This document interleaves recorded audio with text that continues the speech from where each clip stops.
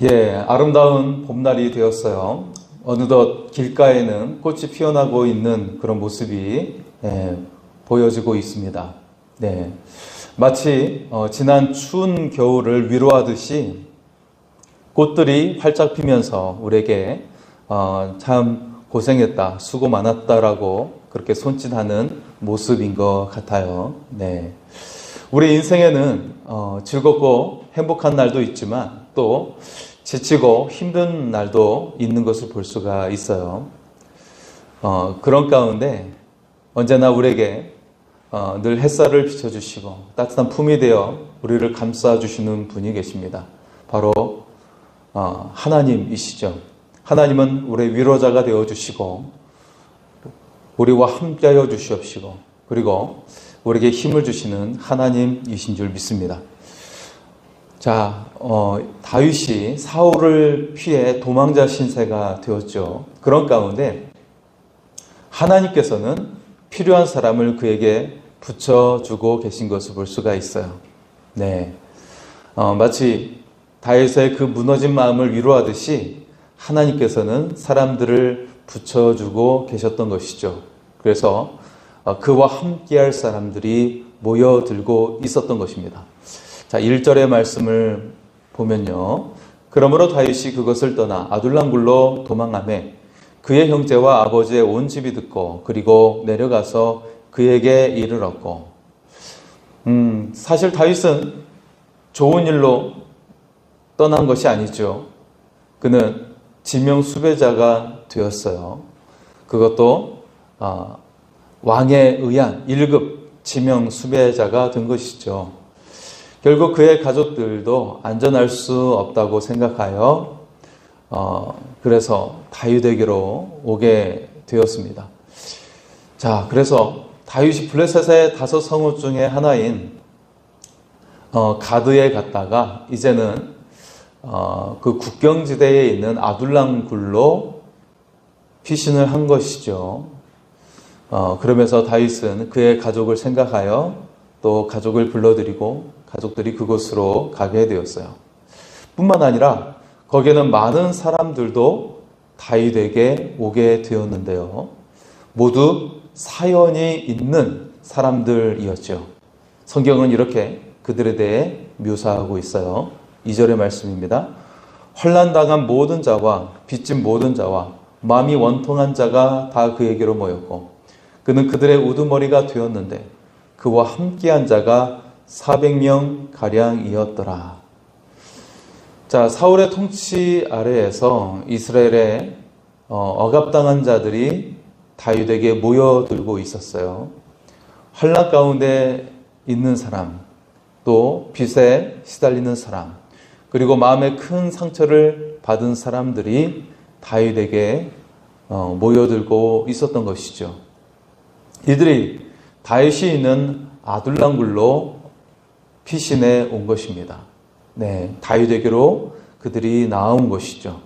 그들의 숫자가 400여 명에 이르는데 이제 시간이 흘러서 600명까지 이르게 됩니다. 사무엘상 23장의 말씀에 보면 이들이 모두 다윗의 용사들이 되는 것을 볼 수가 있어요. 다윗 왕국의 중요한 또한 요직을 그들이 이어받게 되죠. 자, 그러면서 아둘람굴은 어떤 곳이었냐? 예루살렘 서쪽 방향으로 블레셋 지역과 경계에 위치해 있었어요. 네, 그래서 이스라엘에 있다면 이스라엘 중심으로 서쪽 해안가, 남서쪽에 해당하는데 그래서 남서쪽이고 해안을 경계로 지중해 해안을 경계로 해서 블레셋이 위치해 있었던 것이죠. 그 경계에 아둘람굴이 있었던 것이죠. 자, 그런데 사울이 수도로 삼았던 기브아는 베냐민 지역으로 다윗이 숨었던 아둘람굴에서 멀지 않은 곳에 있었어요. 네. 따라서 사울이 언제 다윗에게 침공할지 알 수 없는 상황에 있었던 것이죠. 그래서 좀 더 안전한 지역으로 찾아갈 필요가 있었습니다. 그래서 피한 곳이 어디일까요? 3절의 말씀에 소개되고 있습니다. 다윗이 거기서 모압 미스베르로 가서 모압 왕에게 이르되 하나님이 나를 위하여 어떻게 하실지를 내가 알기까지 나의 부모와 나와서 당신들과 함께 있게 하기를 청하나이다 하고, 결국 다윗 일행은 이제 블레셋 경계 지역에서 이동하여 거기가 서쪽이라고 했죠. 이제 동남쪽에 위치하고 있는 모압으로 피신을 한 것이죠. 네. 그리고 그곳에 부모를 피신시키고 하나님의 뜻을 구했습니다. 다윗은 더 이상 한 개인이 아니었죠. 수많은 무리들의 우두머리가 되어 있었어요. 지도자가 되어 있었죠. 그래서 언제까지만 숨어 있을 수 없는 그런 상황이었습니다. 그러다 얼마 후에 선지자 갓이 모압에 숨어 있는 다윗에게 하나님의 뜻을 전하게 되죠. 5절의 말씀입니다. 선지자 갓이 다윗에게 이르되 너는 이 요새에 있지 말고 떠나 유다 땅으로 들어가라. 다윗이 떠나 헤레스폴에 이르니라. 선지자 갓을 통해 주신 하나님의 말씀에 다윗이 순종을 했어요. 그래서 모압을 나와서 유대 땅에 있는 헤레스폴에 거하게 되었죠. 그것은 헤브론과 베들레헴 사이에 위치한 숲으로 은신하기 적합한 장소였어요. 그러나 그것도 사울의 추격으로부터 자유할 수가 없었죠. 다윗이 숨어 있다는 소식을 사울이 듣고 이제 추격을 하게 됩니다. 자, 기브아에서 사울은 손에 단창을 들고 곁에 있는 신하들을 향하여 하소연을 하게 되죠. 8절의 말씀입니다. 너희가 다 공모하여 나를 대적하여 내 아들이 이 세 아들과 맹약하였으되 내게 고발하는 자가 없고 나를 위하여 슬퍼하거나 내 아들이 내 신하를 선동하여 오늘이라도 매복하였다가 나를 치리하는 것을 내게 알리는 자가 하나도 없도다 하니. 다윗은 도망자 신세였지만 다윗에게 사람들이 모여들고 있었어요. 반면 사울은 왕이었지만 그 주변에 있는 그 수많은 신하들을 거느리고 있음에도 불구하고 그 누구도 마음으로 함께하는 사람이 없었던 것이죠. 딱 한 사람, 이방인 에돔 사람 도액만이 사울에게 충성을 다하고 있는 모습입니다.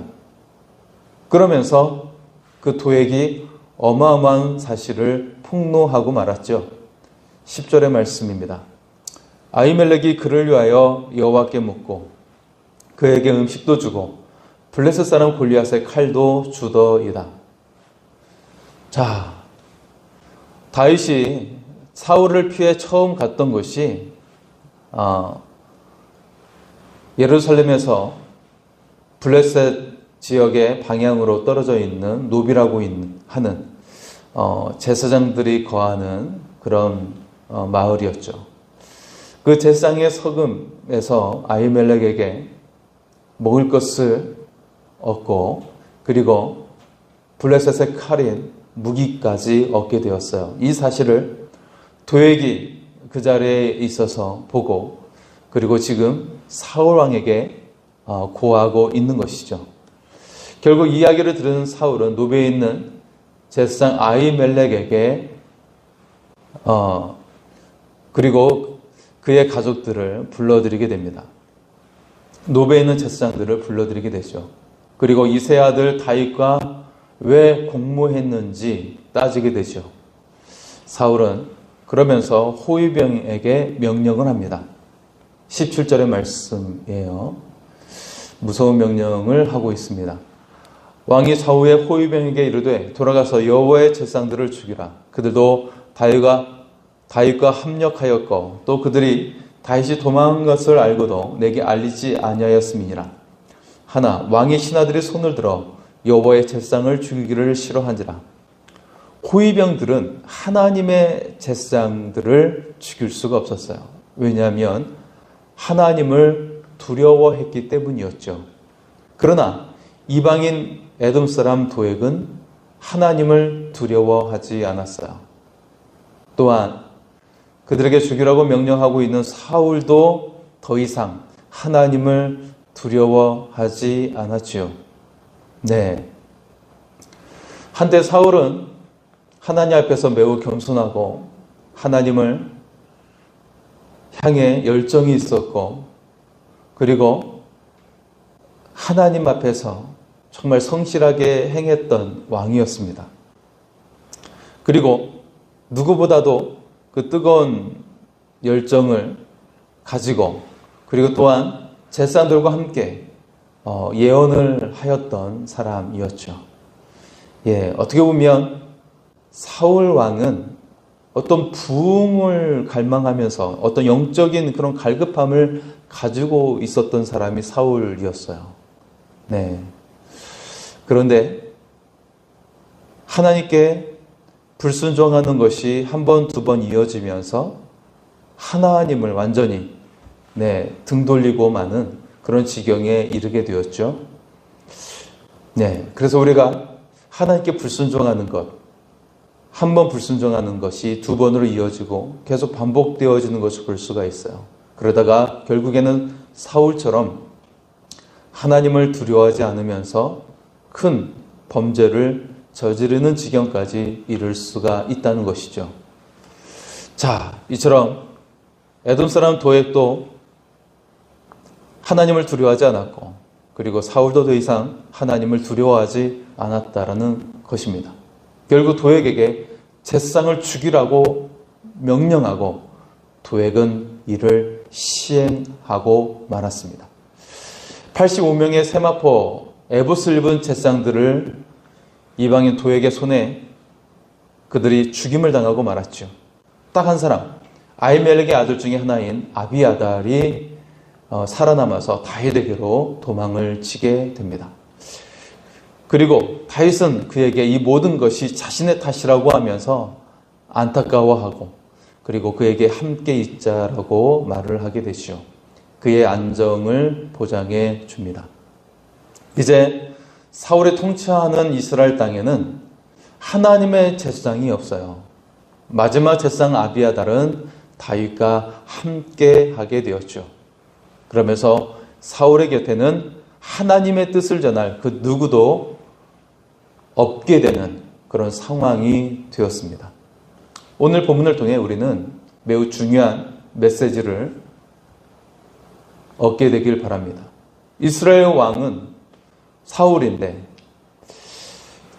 이방인 에돔 사람만 따르고 그 주변의 신하들은 마음으로 함께하지 않는 것을 오늘 말씀을 통해 보여주고 있어요. 반면 다윗은 억압받는 자들의 그늘이 되어 주었죠. 수많은 사람들이 목숨을 걸고 그에게 찾아왔어요. 그렇다면 왜 사울은 사람들의 마음을 잃었고 다윗은 사람들의 마음을 얻었을까요? 오늘 본문을 통해 볼 때 사울과 다윗의 가장 큰 차이점은 무엇일까요? 그것은 바로 사울은 하나님을 두려워하지 않았다는 것이고, 그리고 다윗은 하나님을 가장 두려워했다는 것입니다. 하나님만을 두려워했다는 것이죠. 사울은 하나님을 두려워하지 않았기 때문에 하나님의 제사장들을 모두 죽이라고 명령을 했어요. 그만큼 하나님을 두려워하지 않았다는 것이죠. 호위병들은 하나님을 두려워하여 왕의 명령을 따르지 않았어요. 왕의 명령을 어긴 것이죠. 이것은 목숨을 걸고 그들이 왕의 명령을 어긴 겁니다. 왜냐하면 하나님을 더 두려워했기 때문이었어요. 자, 그러면서 하나님을 두려워하지 않은 에돔 사람 도액은 이스라엘 제사장들을 칼로 죽이게 되었죠. 노베에 있는 남녀와 아이들, 젖먹는 아기들까지, 그리고 소와 나귀, 양들을 모두 칼로 쳐 죽이게 됩니다. 하나님을 두려워하지 않았기 때문에 하나님을 두려워하지 않는 왕 사울을 그 명령에 복종을 하게 된 것이죠. 반면 다윗은 하나님을 두려워했어요. 하나님께서 세우신 왕 사울에 대해서도 맞서지 않고 대적하지 않고 그 자리를 피하는 방식을 취하게 되었죠. 이방 땅에까지 가서 다윗은 숨었어요. 블레셋으로 갔고 모압 땅으로 들어갔어요. 그러면서 하나님의 뜻을 기다렸죠. 하나님만을 두려워했기 때문에 다윗이 그렇게 맞선 것이 아니라 피한 것이었습니다. 수많은 사울의 군사들이 다윗을 쫓기 시작했어요. 그러나 다윗은 숨었죠. 하나님을 두려웠기 때문에 맞서기보다는 숨었던 것입니다. 그 자리를 피했던 것입니다. 사랑하는 성도 여러분, 믿음이라고 하는 것에는 하나님을 두려워하는 마음이 포함되어 있는 거예요. 믿음 자체에 하나님을 두려워하는 마음이 포함되어 있습니다. 다윗이 그랬죠. 다윗은 하나님만을 두려워했어요. 다윗은 거대한 골리앗도 두려워하지 않았지요. 맹수도 두렵지 않았어요. 사울도 두렵지 않았어요. 그 누구도 두렵지 않았어요. 다윗은 오직 하나님만을 두려워했던 믿음의 사람이었기 때문이었습니다. 하나님만을 두려워하는 다윗에게 억압받는 수많은 사람들이 모여들기 시작했어요. 하나님께서 그와 함께 하신다는 믿음을 가지고 있었기 때문이었죠. 하나님만을 두려워하는 다윗이 억압 가운데 있고 도움이 필요한 사람들에게 피난처가 되어준 것입니다. 그들에게 그늘이 되어준 것이죠. 하나님만 두려워하는 사람이 억압 가운데 있는 이들에게, 도움이 필요한 이들에게 피난처가 되어준 거예요. 왜냐하면 하나님만을 두려워할 때 비로소 두려움이 사라지기 때문이죠. 불안함이 사라지기 때문이에요. 더 이상 두려운 존재로 여겨지지 않기 때문입니다. 도리어 하나님만을 두려워할 때 하나님의 사랑으로 사람을 대할 수가 있어요. 그리고 그 말이 따뜻해질 수가 있어요. 하나님의 부요함으로 사람답게 살아갈 수가 있어요. 누구를 만나도 당당할 수가 있어요. 분노와 증오가 사라지고 억압하는 누군가를 심판하고 공격하지 않고 하나님께 맡길 수가 있습니다. 하나님만을 두려워할 때 사람을 인격적으로 대하며 따뜻하게 대하며 그리고 아름답고 행복한 삶을 살아갈 수가 있는 것입니다. 피난처 되시는 하나님을 만나시기 바랍니다. 두려워할 대상이 정말 누구인지를 분별할 수 있기를 바랍니다. 오직 하나님만을 신뢰하고 두려워하시기 바랍니다. 하나님의 넓은 품 안에서 우리가 모든 것을 이길 수가 있습니다. 여러분에게 사람들이 모여들게 될 것입니다. 하나님의 아름다운 역사가 여러분의 삶 가운데 시작이 될 줄 믿습니다. 우리 시간에 그 하나님의 사랑을 의지하면서 오직 주의 사랑에 매여 찬양하며 또한 기도하겠습니다. 오직 주의 사랑에 매여